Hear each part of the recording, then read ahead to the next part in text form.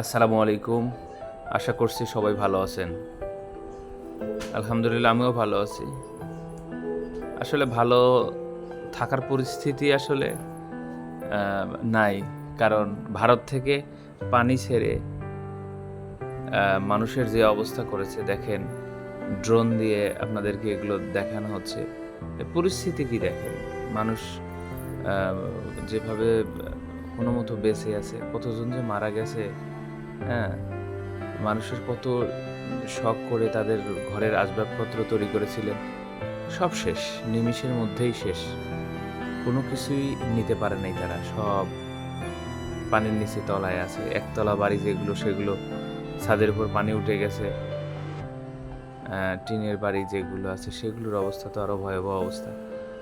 যাদের ছাদটা একটু উঁচু তারা ছাদের উপর উঠে আছে। তো সবাই যার যার জায়গা থেকে যতটুকু পারেন সাহায্য করে যান। আসসালামু আলাইকুম।